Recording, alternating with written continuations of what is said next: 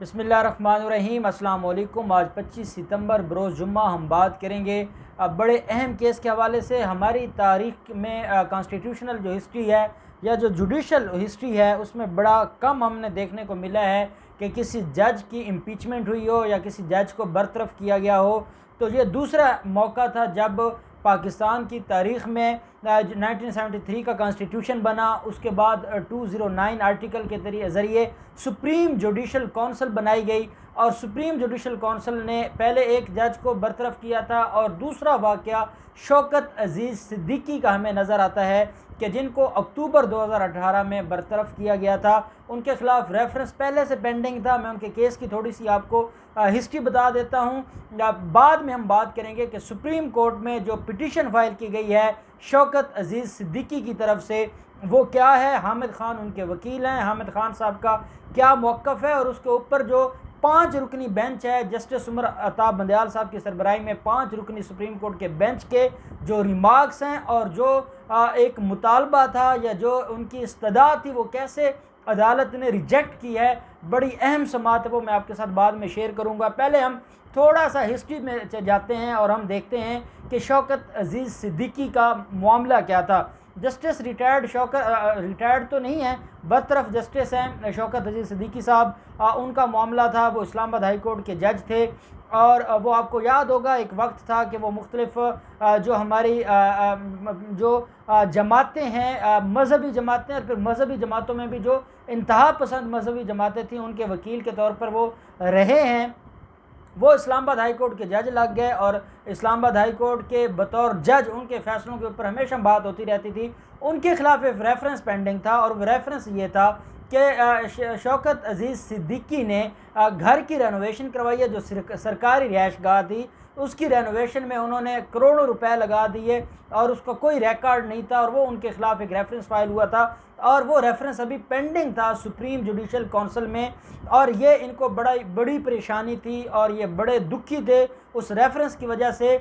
और ये सीनियर जज थे इस्लामाबाद हाई कोर्ट के और ये इस परेशानी की बुनियाद पर इनके लिए इनके जो बड़े सख्त रिमार्क्स हुआ करते थे दौरान समात केसेस की, और स्पेशली इदारों के और फ़ौज के ख़िलाफ़ बड़े सख्त रिमार्क्स दिया करते थे।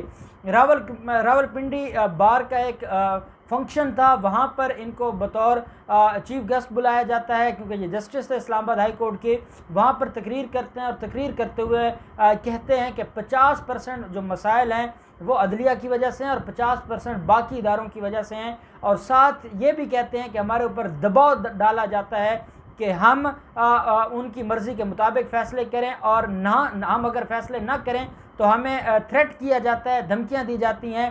साथ ये भी कहा कि मुझे कहा गया कि अगर आप फ़ैसले हमारी मर्ज़ी के करेंगे तो आपको हम जो चीफ जस्टिस साहब ने दिसंबर में बनना है वो हम आपको अक्टूबर में बना देंगे।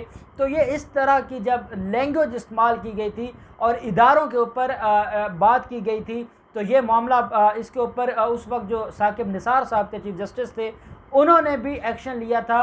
और डीजी आईएसपीआर उस वक्त के जो डीजी थे आईएसपीआर के मेजर जनरल आसिफ गफूर साहब, उन्होंने भी ये मुतालबा किया था कि ये जो जुडिशरी के ख़िलाफ़ और जो पाकिस्तान की इदारे और एजेंसियाँ उनके ख़िलाफ़ जो ज़ुबान इस्तेमाल की गई इसके ऊपर तहकीक होनी चाहिए और इसके ऊपर कोई इंक्वायरी कमीशन बनाया जाए और इन सारी चीज़ों को देखे कि कौन है जो इनको प्रेशराइज़ करता है और अगर कोई प्रेशराइज़ नहीं कर रहा और ये सिर्फ़ और सिर्फ कुछ सियासतदानों की ज़ुबान बोल रहे हैं, उनकी बोली को उनके जो मौक़िफ़ को यहाँ पर रिपीट कर रहे हैं, तो ये कौन है और ऐसा क्यों किया जा रहा है। जब ये मामला गया तो सुप्रीम जुडिशल कौंसिल ने इसके ऊपर एक्शन लिया था और सुप्रीम जुडिशल कौंसिल ने एक्शन लेते हुए इनकी बरतरफ़ी के लिए सदर को लिख दिया था और सदर पाकिस्तान ने इनको बरतरफ कर दिया और फिर जो वजारत कानून थी उन्होंने नोटिफिकेशन भी जारी कर दिया।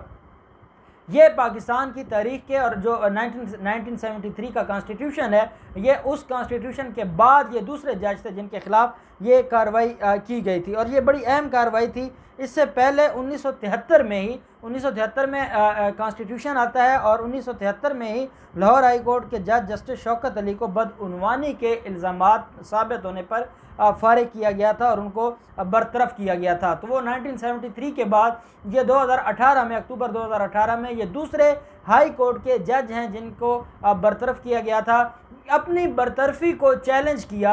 हमारा आर्टिकल है 211 जो ये कहता है कि 209 आर्टिकल को की पावर्स को इस्तेमाल करते हुए जो सुप्रीम जुडिशल काउंसिल है वो जो भी फैसला कर दे उसको किसी अदालत में चैलेंज नहीं किया जा सकता। ये एक्सप्रेस प्रोविज़न ऑफ लॉ मौजूद है।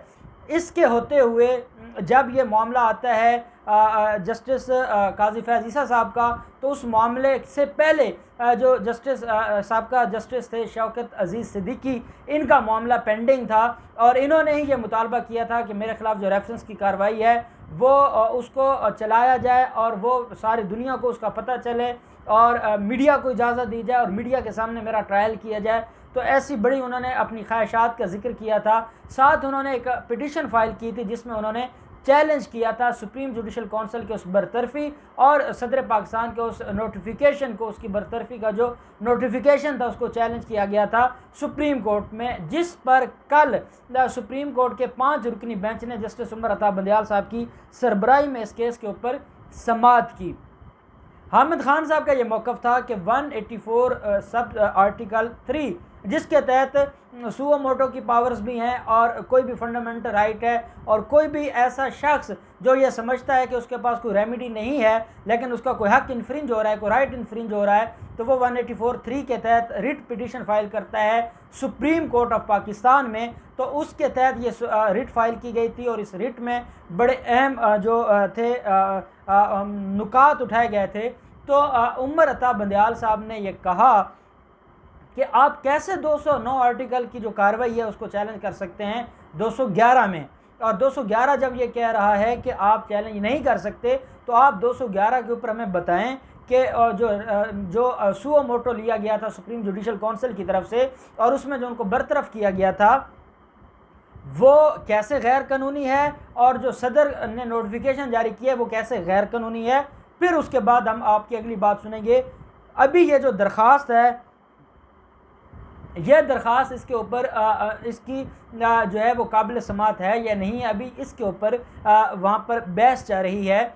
अदालत ने कहा कि अभी तो आपकी बात काबिल समाअत ही नहीं है, आप तो दरख्वास्त फाइल कर ही नहीं सकते। हामिद खान साहब का ये कहना था कि इसमें वफाक को नोटिस जारी किया जाए और वफाक को तलब किया जाए और वफाक से पूछा जाए कि उन्होंने ये सारा कुछ क्यों किया है। तो अदालत ने कहा कि आप वफाक की तरफ क्यों जा रहे हैं, वफाक का तो यहाँ मामला ही नहीं, अभी तो आपके नोटिस जारी नहीं हुए, अभी तो आपकी जो पिटिशन है वो एडमिट ही नहीं हुई।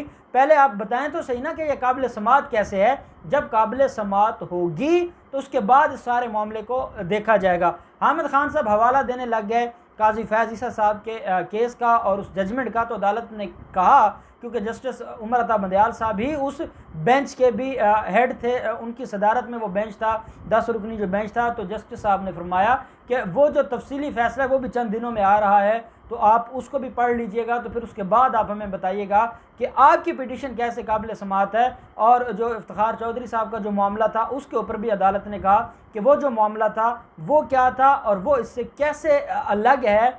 ये सारी चीज़ें हामिद खान साहब बताने में नाकाम रहे। अदालत ने यह भी बात की कि आप इस चीज़ को भी देखें कि ये जो मामला है सारे का सारा, और इस मामले में जो जस्टिस शौकत सिद्दीकी साहब हैं उनको जिस तरीके से रिलीफ दिया जाता है या उनको जैसे ये सारी चीज़ें हमारे सामने आती हैं, तो आप ये बताएं कि इंडिया में हमने देखा वहाँ पे पार्लियामेंट इंटरफेयर करती थी जुडिशरी के मामले पर, और जब किसी सुपीरियर कोर्ट के जज को फारिग किया जाता था तो पार्लियामेंट में वो डिस्कस होती थी। तो जिसकी वजह से जस्टिस उमर अता बंदयाल साहब ने फरमाया कि आप इंडिया में हालत देख लें, वहाँ रोज़ जुडिशरी का और पार्लियामेंट का आपस में फसाद होता है। यहाँ पर आर्टिकल 209 का मकसद ही यही था कि जुडिशरी एक अलग इंडिपेंडेंट एक इंस्टीट्यूशन है, पार्लियामेंट एक अलग इंस्टीट्यूशन है, तो वो इंटरफेयर एक दूसरे के मामलात में न करें। तो आप 209 में वो पावर इस्तेमाल करते हुए जब बरतरफ कर दिया है, तो आप 211 को इस्तेमाल करते हुए कैसे इसको चैलेंज कर सकते हैं,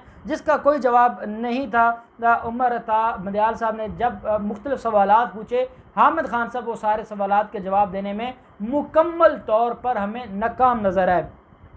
जस्टिस उमर अता बंदयाल साहब ने यह भी फरमाया कि पाकिस्तान दुनिया के उन ममालिक में शामिल है जहाँ जजेस बरतरफी में पार्लिमान का कोई किरदार नहीं है, और साथ ये कहा कि ये जो मामला है, इस मामले के ऊपर अगर आप हमें नहीं बताते कि ये काबिल समाअत कैसे है, और साथ अदालत ने यह भी फरमाया कि अगर आप किसी इदारे के ऊपर इल्ज़ाम लगा देते हैं, किसी इदारे को आप बुरा भला कहते हैं, तो आपको कैसे रिलीफ दिया जा सकता है जब आपके पास कोई वो नहीं, आप इतने बड़े ओहदे पर बैठे हैं, इतने बड़े मनसब पर बैठे हैं, और आप वहाँ बैठकर इदारों के ऊपर बातें करेंगे या अपनी जुडिशरी को आप ख़राब कहेंगे या उसके ऊपर बात करेंगे, तो आप कैसे रिलीफ की तवक्को कर सकते हैं। और आपने जो किया है वो आपके लेवल का काम नहीं था, आपको वो जेब नहीं देता था, और इसी वजह से सुप्रीम जुडिशल काउंसिल ने सुओ मोटे लेकर आपको बरतरफ किया था। अब अदालत ने इस मामले के ऊपर 1 माह के लिए इस केस को मुलतवी कर दिया है।